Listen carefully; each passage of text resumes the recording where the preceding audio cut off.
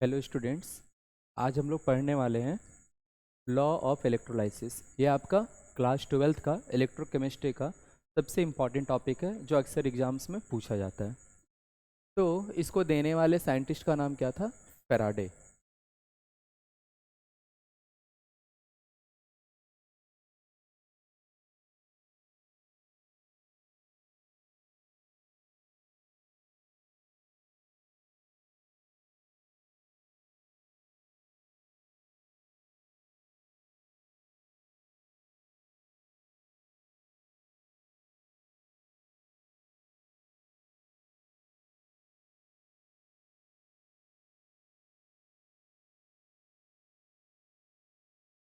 Hello. अ,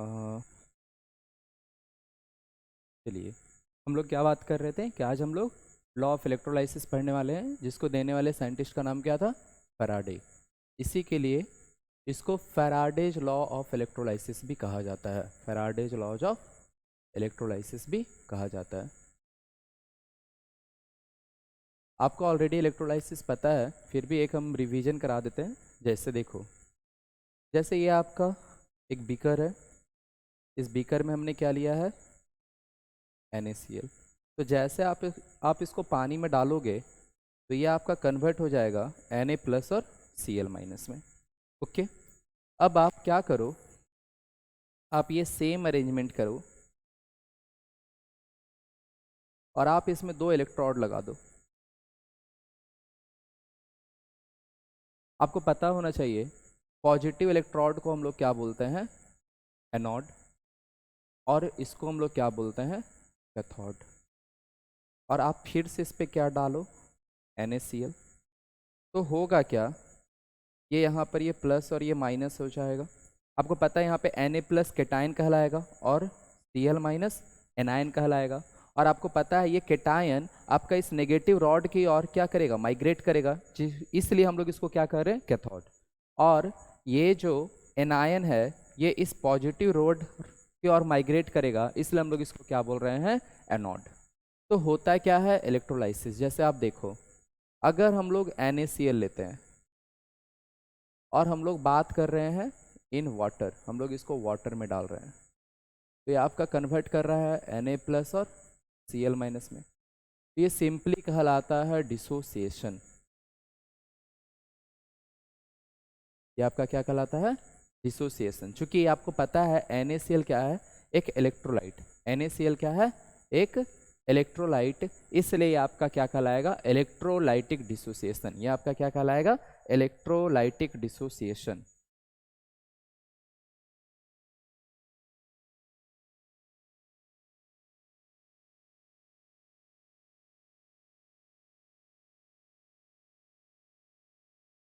चलिए हम लोग इसको फिर से देखते हैं। जैसे हम क्या बात कर रहे थे?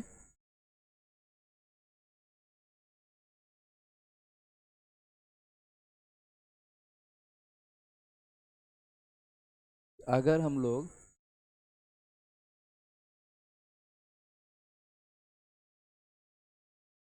NaCl को वाटर में लेते हैं तो ये आपका कन्वर्ट हो रहा है Na प्लस और Cl माइनस। ये आपका एक तरह का क्या है? डिसोसिएशन। और ऐसा अपने आप हो रहा है, यानी डैट इज ये एक कैसा प्रोसेस है? Spontaneous process.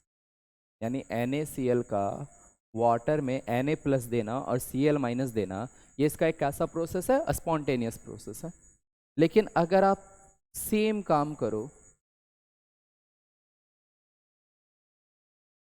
लेकिन इस बार एक खास बात ये होनी चाहिए कि आप यहाँ पर क्या पास कर दो? करंट। यहाँ पर क्या पास कर दो? करंट। तो आप क्या देखोगे, ये Na प्लस और Cl माइनस की जगह पे, डिसोसिएट करने की जगह पर, ये अपना एलिमेंटल फॉर्म में ये क्या करेगा? टूट जाएगा। ये अपना एलिमेंटल फॉर्म में क्या करेगा? टूट जाएगा। इसी को हम लोग क्या बोलते हैं भाई? इलेक्ट्रोलाइसिस। इसी को हम लोग क्या बोलते हैं? इलेक्ट्रोलाइसिस। इलेक्ट्रोलाइसिस का मतलब क्या हुआ? इलेक्ट्रोलाइट्स का अपने एलिमेंटल फॉर्म में डिसोसिएट करना। और ये तब तक नहीं होगा जब तक कि आप इस पर करंट पास ना करो। दैट इज ये आपका कैसा है? एक नॉन स्पॉन्टेनियस प्रोसेस। तो ये तो हो गई हमारी पिछली बात। और आपको पता है इसी को हम लोग एक अरेंजमेंट करते थे, जिसको हम लोग वोल्टामीटर, कूलोमीटर, डिफरेंट डिफरेंट टाइप का हम लोग अरेंजमेंट इसको देखते थे। आज हम लोग डिस्कस करने वाले हैं फैराडेज लॉज ऑफ इलेक्ट्रोलाइसिस। आज हम लोग क्या डिस्कस करने वाले हैं?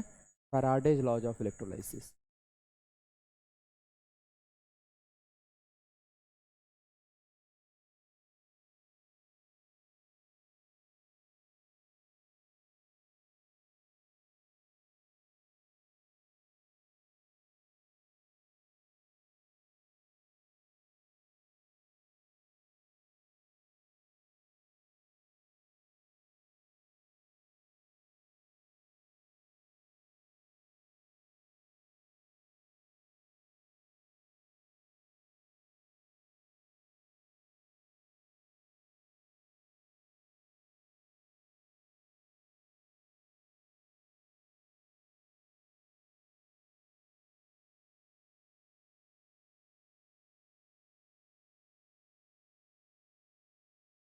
तो इसके आपके दो लॉ हैं। सबसे पहले हम लोग डिस्कस करेंगे भाई फर्स्ट लॉ। अच्छा, इस फर्स्ट लॉ को जानने से पहले हम लोग यहाँ पे एक टर्म यूज कर लेते हैं ताकि आपको कंफ्यूजन ना हो। एक टर्म है आपका इलेक्ट्रिक करंट और एक टर्म है आपका करंट इलेक्ट्रिसिटी। आपको पता है होना चाहिए, इसको हम लोग आई से रिप्रेजेंट करते हैं और इसको हम लोग क्यू से रिप्रेजेंट करते हैं। डैट इज चार्ज का बात करें, मूविंग चार्ज को हम लोग क्या बोलते हैं? Current electricity. और आपको ये भी पता होगा कि दोनों के बीच में रिश्ता क्या होता है? I equal to Q upon T. या फिर आप इसको ऐसे भी लिख सकते हो, I equal to N E upon T. Okay, जहाँ पर ई क्या होता है? ई आपका minimum possible value of charge होता है, जिसको हम लोग बेसिक चार्ज बोलते हैं या फंडामेंटल चार्ज बोलते हैं। इसका वैल्यू क्या होता है? 1.6 इंटू 10⁻⁻19 कूलम। तो चलिए हम लोग आते हैं फर्स्ट लॉ पर। हम लोग किस पे आते हैं? फैराडे के फर्स्ट लॉ पर। जैसे कि अभी हमने एक अरेंजमेंट देखा था, इसमें दो रॉड है, ये प्लस ये माइनस, और हमने इसमें क्या डाला है भाई? NaCl। तो ये पानी अगर हम लोग लेते हैं तो ये Na प्लस और Cl माइनस में टूट जाएगा, डिसोसिएट कर जाएगा। तो आपको क्या लगता है ये जो माइनस वाला है ये सारा जाकर यहाँ पर डिपॉजिट कर जाएगा, और ये जो Na प्लस है ये सारा यहाँ पर जाकर क्या कर जाएगा? डिपॉजिट कर जाएगा।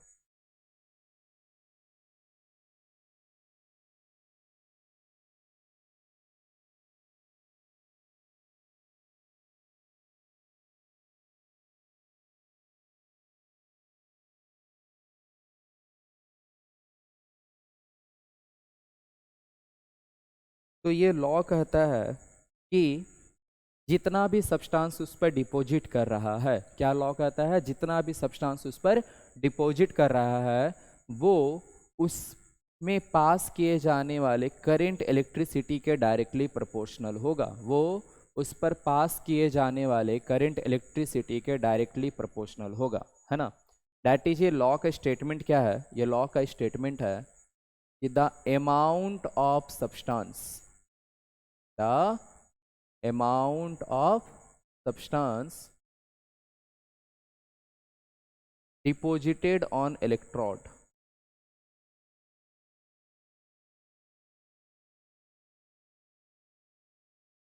is directly proportional to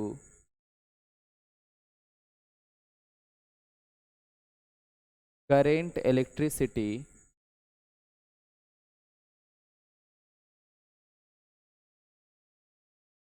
passed through it, directly proportional to current electricity passed through it। that is, ये जो W है वो डायरेक्टली प्रोपोर्शनल किसका होने वाला है भाई? Q का। अब आपको पता है कि आप इसके जगह पर एक प्रपोर्शन हटाते हैं तो हम लोग एक कांस्टेंट लगाते हैं, डेट इज कॉल्ड जेड। इस जेड को चूंकि हम लोग इलेक्ट्रोकेमिस्ट्री में पढ़ रहे हैं, इसी के लिए हम लोग इसको क्या बोलते हैं? Electrochemical constant.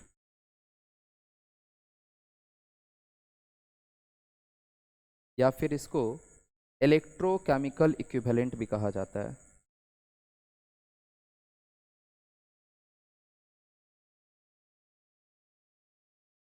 और अभी हमने पढ़ा था कि I इक्वल टू क्या होता है, Q by T. That is Q means आप क्या लिख सकते हो, IT।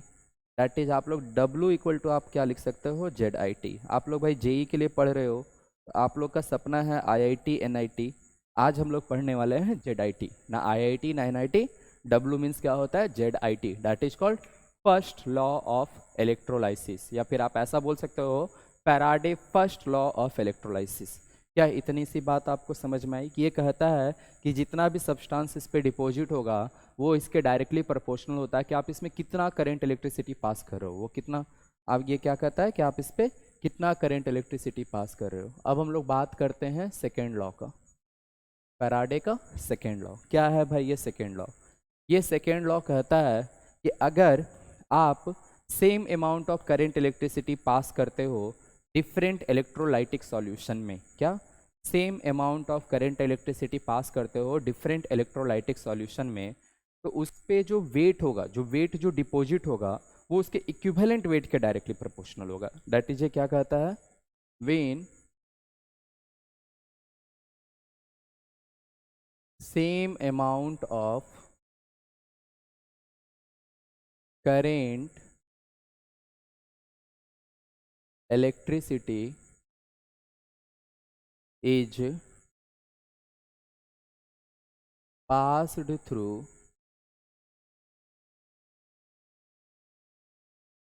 different electrolytic solution,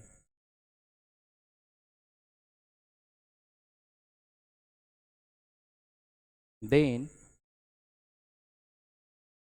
amount of substance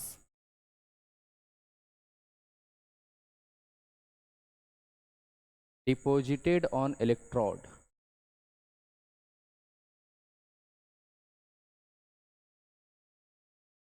is directly proportional to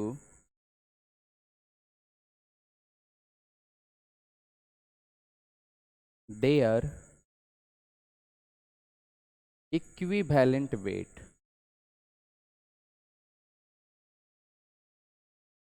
there equivalent weights means ये क्या हुआ, आप इसके लिए अरेंजमेंट भी बना सकते हो। जैसे कि सपोज करो इसमें आपका क्या है भाई, AgNO3 सॉल्यूशन, और इसमें हम लोग क्या लेते हैं, एक Ag का इलेक्ट्रोड। फिर इसमें हम लोग क्या लेते हैं, एक CuSO4 सॉल्यूशन, और इसमें हम लोग क्या लेते हैं, कॉपर का इलेक्ट्रोड। आपको पता है ये CuSO4 कैसे जाएगा, Cu2 प्लस SO4 2 माइनस। और आपको ये भी पता है यहाँ पे AgNO3 कैसे जाएगा, Ag प्लस और NO3 माइनस।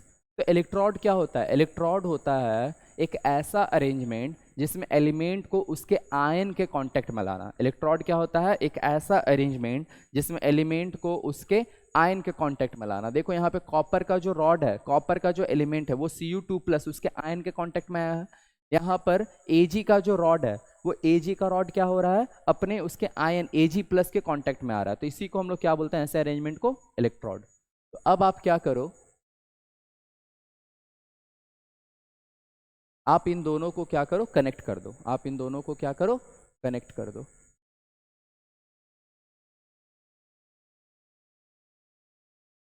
आप इन दोनों को क्या करो, कनेक्ट कर दो। अगर आप चाहते हो तो आप इसमें दो रॉड ले सकते हो, है ना, एक Ag का और एक NO3 माइनस का। तो हम लोग ये कहना चाह रहे हैं, मान लेते हैं इसका जो वेट है वो इसके इक्विवेलेंट वेट के डायरेक्टली प्रोपोर्शनल हो जाएगा। Means weight of Ag directly proportional to equivalent weight of Ag। आप इसको ऐसा भी लिख सकते हो,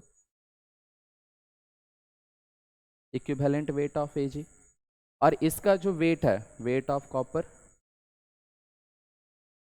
लेकिन हम लोग एज जनरल रिलेशन बनाना चाहते हैं तो ये कुछ ऐसा हो जाएगा। मीन्स हम ये कहना चाह रहे हैं कि आपका यहाँ पर दो रिलेशन आना चाहिए, एक W1 प्रोपोर्शनल टू E1 और एक W2 proportional to E2।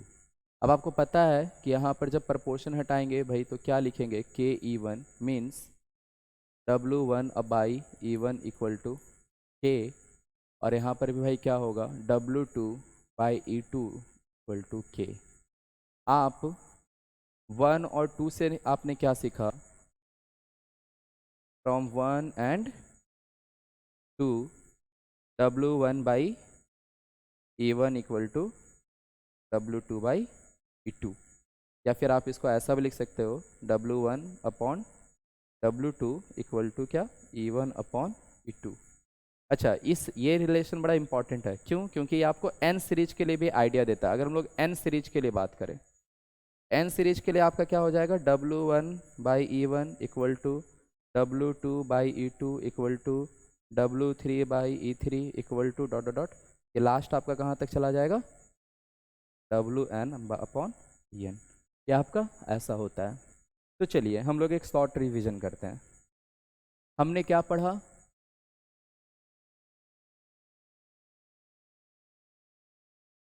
Faraday's laws of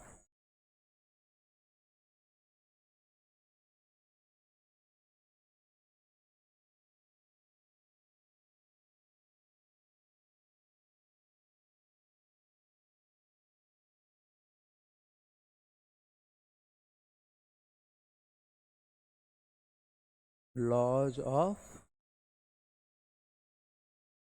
electrolysis. सबसे पहले हमने पढ़ा फर्स्ट लॉ, क्या, ना IIT ना NIT, ZIT मीन्स W = क्या होता है, ZIT। फिर हमने क्या पढ़ा भाई, सेकेंड लॉ, ये क्या था, W1/W2 = E1/E2। फिर हम अब बात करते हैं इन दोनों का कॉम्बिनेशन, कॉम्बिनेशन लॉ। तो कॉम्बिनेशन लॉ क्या कहता है, ये आपका हो जाएगा W = Z के जगह पर हम लोग लिखते हैं E/F। यहाँ पे ऑलरेडी आपको पता है F क्या है, 1F मीन्स होता है चार्ज ऑन 1 मोल इलेक्ट्रॉन्स। क्या इसका मतलब होता है भाई, आपको ऑलरेडी पता है कि 1 फैराडे मीन्स होता है चार्ज ऑन 1 मोल इलेक्ट्रॉन्स, जिसको फाइंड करने के लिए आपको क्या करना होगा, 6.02 into 10⁻23 into 1.6 into 10⁻−19 coulomb, that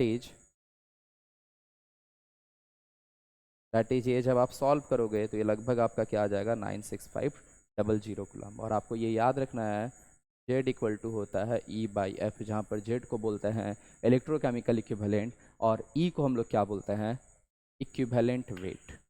तो please right.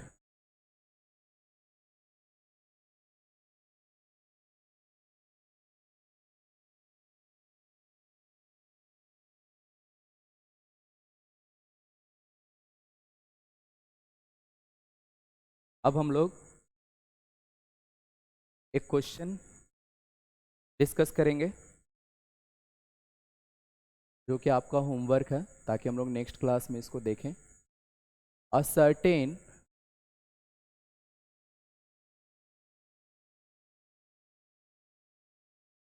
Quantity of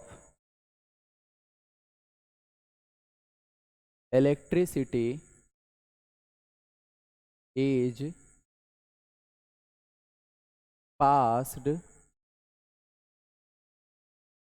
through an aqueous solution of AgNO3 and cupric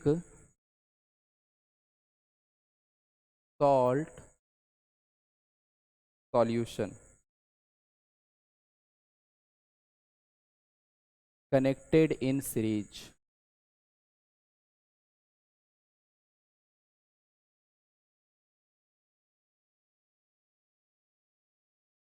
The amount of copper deposited is,